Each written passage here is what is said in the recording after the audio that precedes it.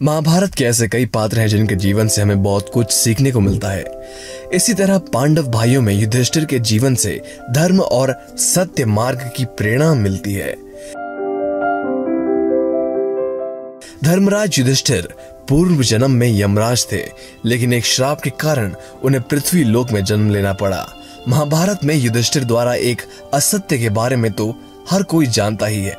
वास्तव में अश्वत्थामा के विषय में बोले गए एक असत्य को आधे सत्य और आधे असत्य के रूप में माना जाता है, जिसमें गुरु द्रोण का वध करने के लिए श्री कृष्ण के कहने पर युधिष्ठिर ने अश्वत्थामा नामक हाथी के मरने की खबर गुरु द्रोण को दे दी थी, जिसे सुनकर गुरु द्रोण को लगा कि उनके पुत्र अश्वत्थामा की मृत्यु हो गई, जिसके कारण शोकवश वो भूमि पर गिर पड़े और इसी दौरान उनका वध कर दिया गया।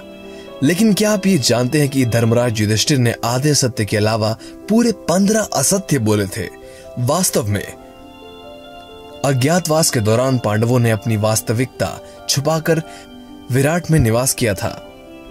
इस दौरान जब विराट के राजा ने युधिष्ठिर से उनका परिचय बताने को कहा तो युधिष्ठिर ने कुल 7 असत्य बोले, पर परिचय देते हुए युधिष्ठिर ने कहा, मेरा नाम है कनक, मैं एक ब्राह्मण हूँ, वयधरा नाम के ब्राह्मण परिवार से संबंध रखता हूँ, मैं युधिष्ठिर का मित्र हूँ, मैं पाशे खेलने में बहुत कुशल हूँ, मैं सुदूर एक नगर जो कि काल्पनिक है वहां से आया हूँ। साथ ही उन्होंने अपने परिवार के बारे में भी बताया। इसके अलावा वो अपने भाइयों से परिचय देते हुए युधिष्ठिर के चारों भाइयों और पत्नियों का नाम असत्य बताया।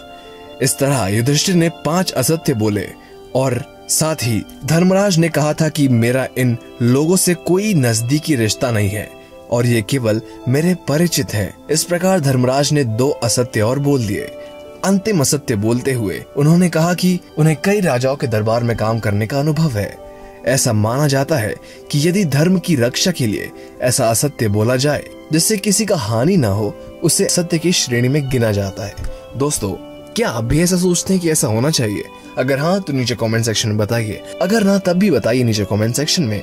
अगर आप नए हैं हमारे चैनल को सब्सक्राइब कर लीजिए और उस बेल आइकन को दबाकर नोटिफिकेशन ऑन कर लीजिए